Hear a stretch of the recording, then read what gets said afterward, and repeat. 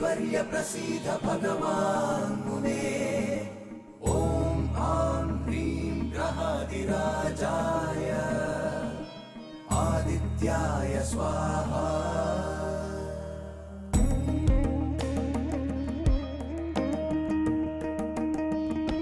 காத்தருள்வாய் சூரியனே வாழ்க்கை பயணத்தின் சாரதியே மனதின் இருளை நீக்கும் ஆதித்யனே புது வெளிச்சம் காட்டும் என் இறைவனே இந்த உலகம் ஓர் மாயை அதன் இயக்கம் உன் லீலை தீயதை நீக்கி தீயவர் நீங்கி துன்பங்கள் தீர்ப்பனியே நல்வழியை காட்டி தர்மத்தை காத்து அருள் புரிய வேண்டும் நீயே சூரிய வம்சமே சூரிய வம்சமே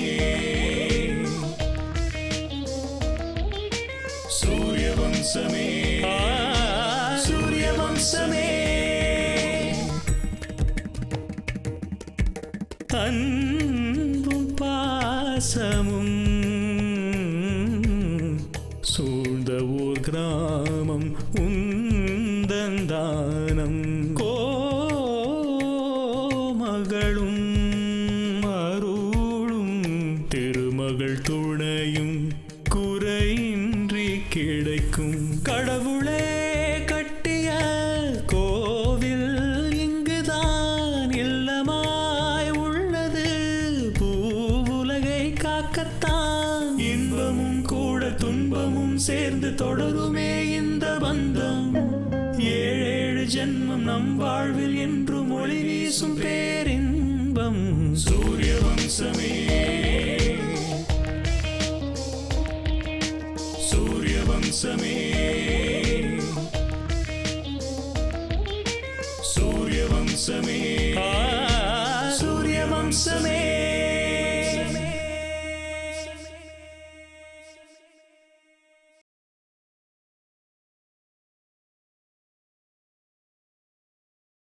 எப்பவுமே அஜய் பக்கத்துல இருக்கிறதுக்கான இடம் எனக்கு கிடைக்காதுன்னு தெரிஞ்சதுக்கு அப்புறம் கூட நான் என் முழு மனசோட துளசிக்கு அஜயை விட்டு கொடுத்துட்டேன் சித்ரா. எனக்கு இப்ப செத்து போகணும் போல இருக்கு. ஆனா எனக்காக தான் என் அம்மா உயிரோட இருக்காங்க. அதனாலதான் நான் வாழ்ந்துட்டே சாகணும்னு என் தலையில எழுதிருக்கு.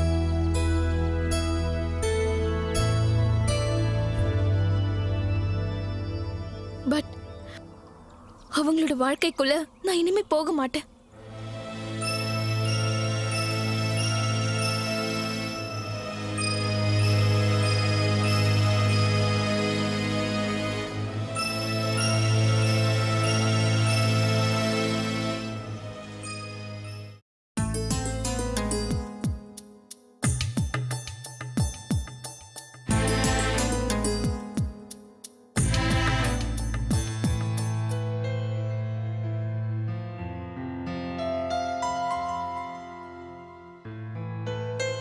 அண்ணி,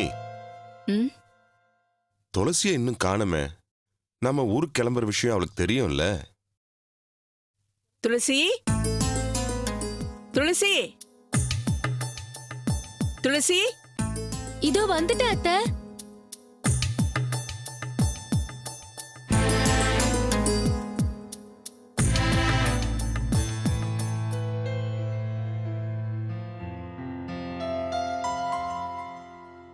அம்மா துளசி, எங்களுக்கு பஸ்ஸுக்கு நேரம் ஆயிடுச்சுமா. வாசல் வரைக்கும் வந்து கூட எங்களை வழி அனுப்ப மாட்டியா?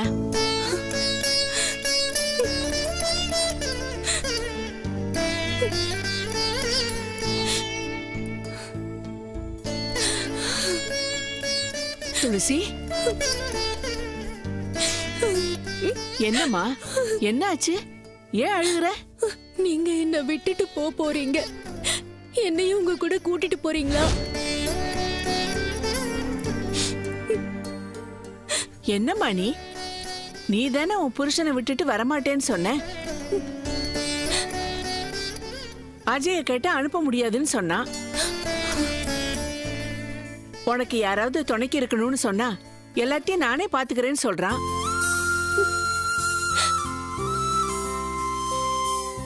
நான் கூட அவட்ட கேட்டம்மா, என் பொண்டாட்டியை எப்படி பாத்துக்கணும்னு எனக்கு தெரியாதான்னு சொல்றான். சரி, அவனை தொந்தரவு பண்ண வேணாமேன்னு விட்டுட்டேன்.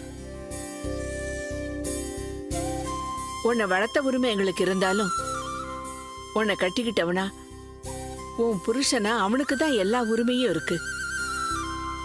இப்ப நான் ஏதாவது சொன்னேன்னு வச்சுக்கையே, கோவத்துல உன்னை அனுப்பவே மாட்டான்.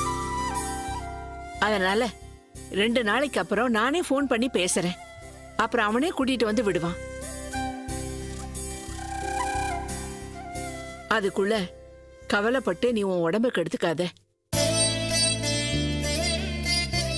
குழந்தை வயித்துல இருக்கும்போது அம்மா ரொம்ப சந்தோஷமா இருக்கணும்.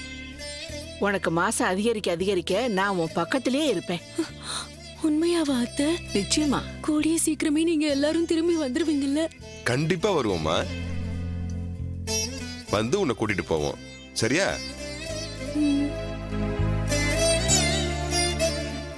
அதோ அஜயே வந்துட்டானே.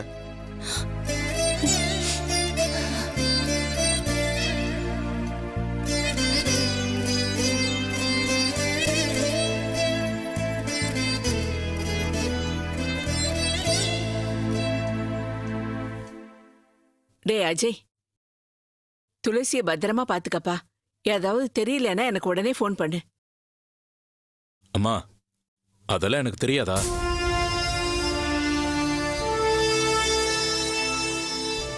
உங்களுக்கு பஸ்ஸுக்கு டைம் ஆகுது. அது சரிப்பா, போனை கொஞ்சம் பக்கத்திலே வச்சுக்கோ. வேலைக்கு போயிட்டானா உனக்கு உலகமே தெரியல.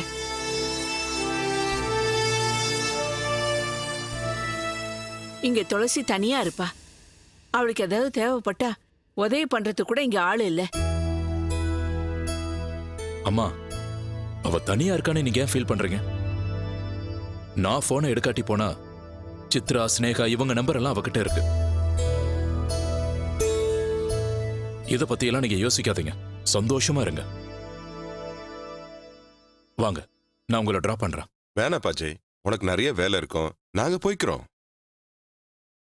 அம்மா துளசி, ஜாக்கிரதமா. நீ அப்போ நாம கிளம்புவோமா? துளசி, ஜாக்கிரதம்மா. போயிட்டு வரோம். வனஜா, வாங்க. கிளம்புவோமா? உடம்ப பாத்துக்க துளசி. பாத்துக்கம்மா. சரிங்க அத்தை.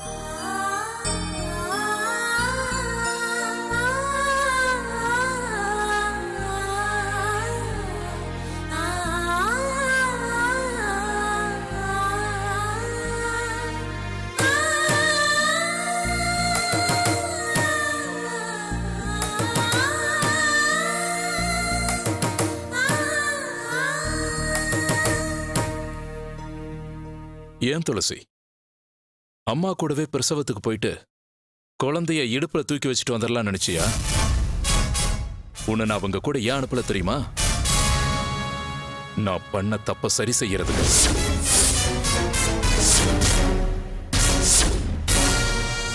உனக்கு அபாஷன் பண்ணணுங்கிறதுக்காக தான் அவங்க கூட உன்னை நான் போக விடல.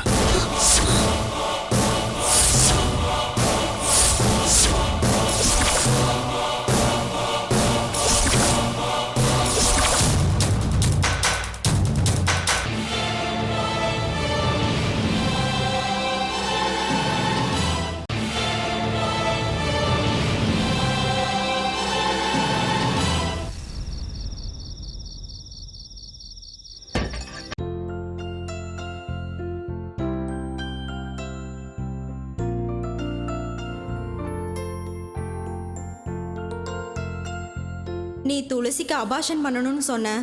அந்த நேரத்துல என்ன செய்யறதுனே தெரியல.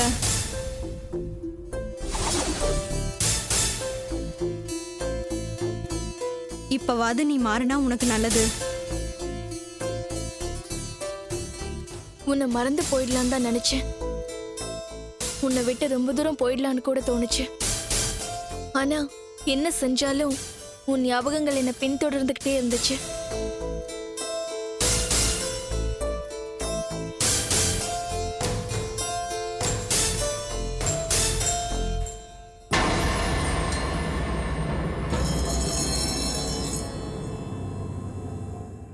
இனிமே நான் அந்த மாதிரி செய்ய மாட்டேன். என்னை விட்டுடாத Ajay. Just stay with me Ajay, please.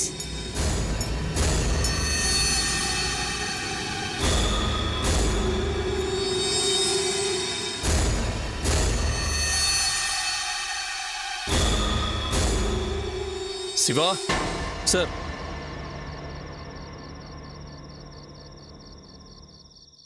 சொல்லுங்க சார். அந்த பொண்ணுங்க இதோ வந்துருவாங்க சார்.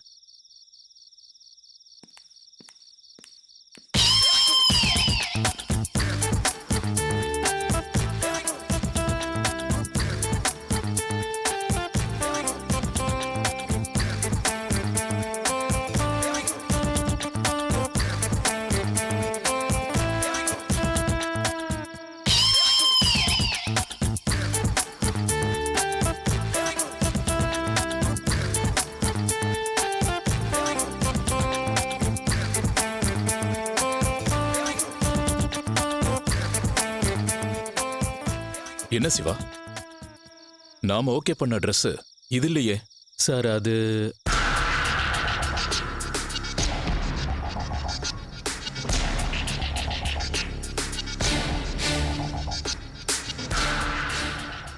நான் ஓகே பண்ண Dress இது இல்லையே.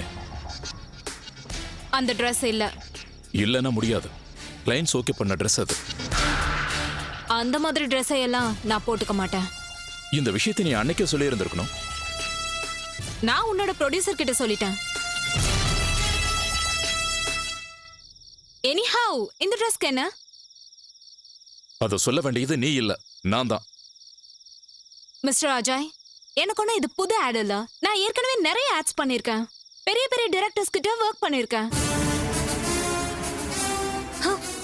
யாரும் காஸ்டியூம்ஸ்க்காக இவ்ளோ டிஸ்கஷன் பண்ணதில்ல. இங்க பாரு, நீ எத்தனை பேருக்கிட்ட ஒர்க் பண்ணியிருக்கங்கிறது எனக்கு அவசியம் இல்ல. இங்க நான் தான் டைரக்டர். நான் சொன்ன காஸ்டியூமை போட்டுக்கணும், நான் சொன்னதை தான் செய்யணும். ஓ, அப்படியா? I think we can't work together.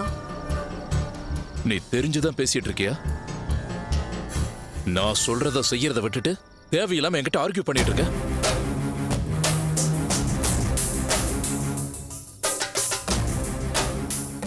Siva, சொல்லுங்க மேடம்.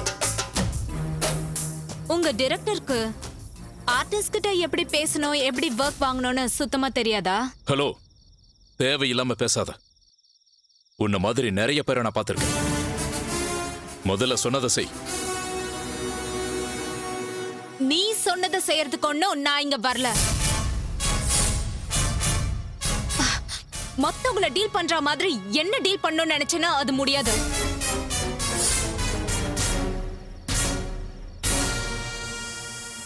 இங்க பாரு, இதெல்லாம் தேவையில்லாத விஷயம். சொன்னதை செய்வியா மாட்டியா? I'm sorry.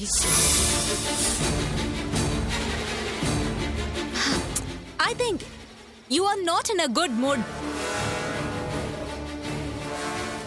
ஏதோ ஒரு பர்சனல் ப்ராப்ளம்ல இருக்கன்னு நினைக்கிறேன்.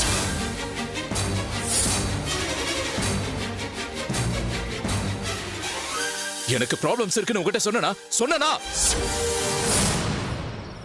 நீ தப்பு பண்ணிட்டு ஏன் மேல தப்பு சொல்ற? How you're talking? ஒரு பொண்ணு கிட்ட இவ்ளோ ஹார்ஷாவா பேசுவ?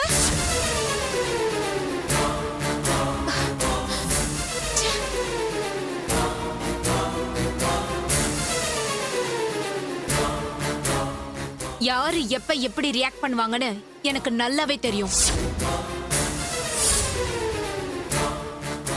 Right now, I'm telling you, you're not concentrating on your work. Something is bothering you.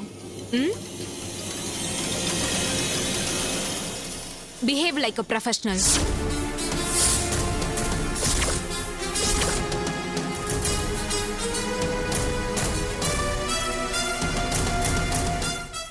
உனக்கு நிறைய பிரச்சனைகள் இருக்கலாம். எனக்கும் நிறைய பிரச்சனைகள் இருக்கும். இங்க இருக்கிற எல்லாருக்குமே பிரச்சனை இருக்கும் தான். அது எல்லாத்தையும் வீட்லயே மறந்து வச்சுட்டு வரணும். இங்க வந்தா வேலை செய்யணும்.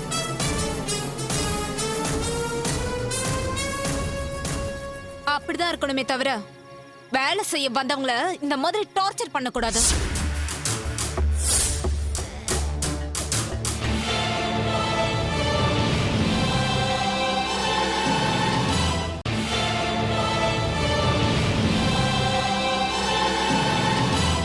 வேலை செய்ய வந்தவங்கள இந்த மாதிரி டார்ச்சர் பண்ணக்கூடாது.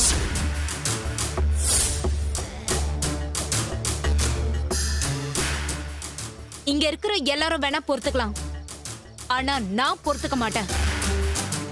முதல்ல உன்னோட வேலையை நீ ஒழுங்கா செய்ய. என் கூட ஆர்கியூ பண்றதுக்கு உனக்கு இருக்கிற எக்ஸ்பீரியன்ஸ் எல்லாம் பத்தாது. அப்படியா? உன் லெவலுக்கு நான் வேலை செய்ய மாட்டேன்னு தெரிஞ்சாச்சு.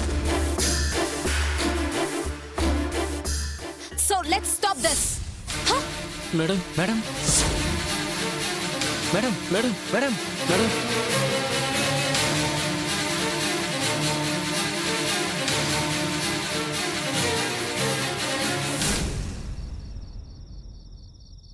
சார், மேடம் போயிட்டாங்க சார். என்ன பண்ண சொல்ற? இப்போ என்ன சார் பண்றது? என்னத்த பண்றது? பேக்கப்.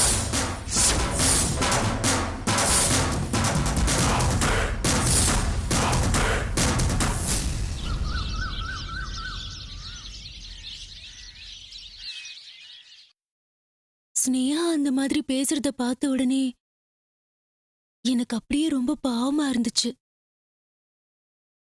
நீ வாயும் வயிறுமா இருக்கல்ல, அந்த மாதிரி நினைக்கிறது சகஜம்தான். உன்கிட்ட நான் என்ன பேசினாலும் அது உனக்கு கிண்டலா தான் இருக்கும். பாவம், உண்மையிலேயே எனக்கு ஸ்னேகாவை பார்க்கும்போது ரொம்ப பரிதாபமா இருந்துச்சு.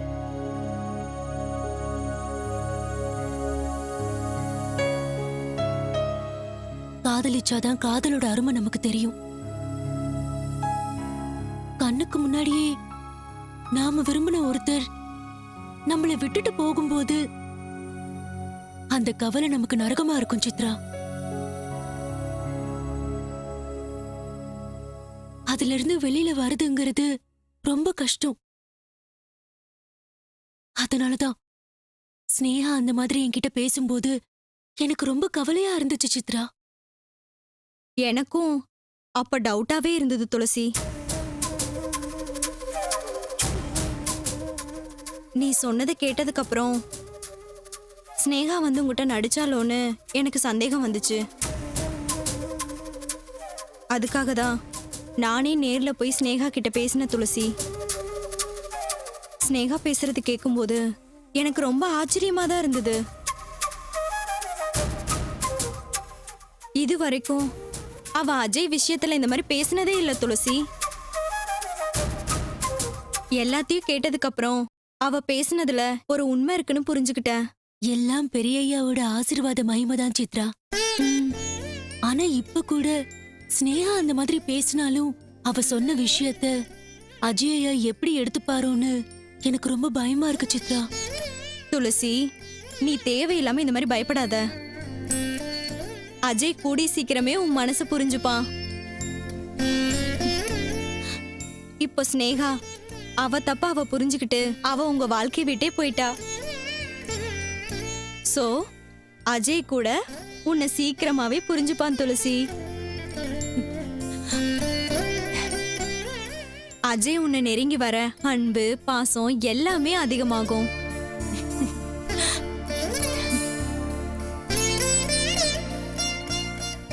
அதனால உன் கவலை எல்லாத்தையும் குறைச்சிக்கிட்டு உன் ஆரோக்கியத்தை மட்டும் பாரு போதும். கூடிய சீக்கிரத்துல எல்லா பிரச்சனையும் சால்வ் ஆயிடும். சரி, அப்ப நான் கிளம்புறேன். அஜய் வந்தா சொல்லு.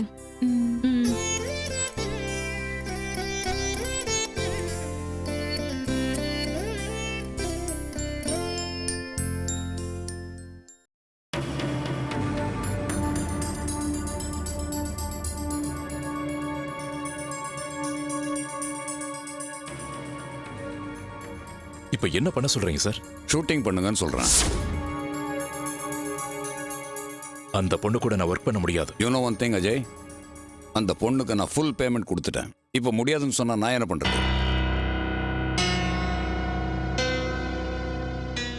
அந்த பொண்ணுக்கு ஹெட் வெயிட் அதிகம் சார். அது எனக்கு தேவையில்லாத விஷயம் அஜய். உங்க 2 பேருக்கு நடுவில் ஆர்குமெண்ட் நடந்திருக்கு. அது உங்க பிரச்சனை. உங்க 2 பேர் ஈகோ கிளாஷ்னால ஷூட்டிங்கை நிறுத்திட்டா என்னுடைய ஏஜென்சி ரெப்புடேஷன் என்ன ஆகும்? நீங்க என்ன வேணாலும் சொல்லுங்க சார், என்னால முடியாது. அஜய், இந்த கான்ட்ராக்ட் கேன்சல் ஆச்சுன்னா எனக்கு எவ்வளவு பெரிய நஷ்டம் வரும்னு உங்களுக்கு தெரியுமா? பரவாயில்ல சார், உங்களுக்கு நான் பே பண்றேன்.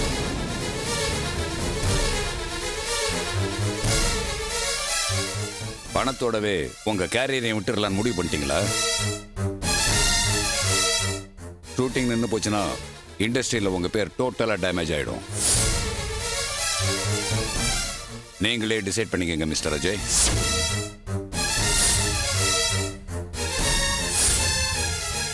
சரிங்க சார், எனக்கு விருப்பம் இல்லைனாலும் உங்களுக்காக அந்த மாடல் கிட்ட போய் பேசுறேன்.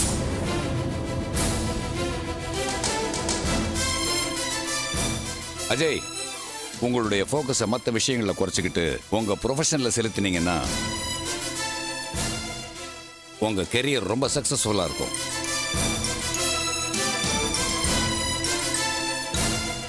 Thank you sir.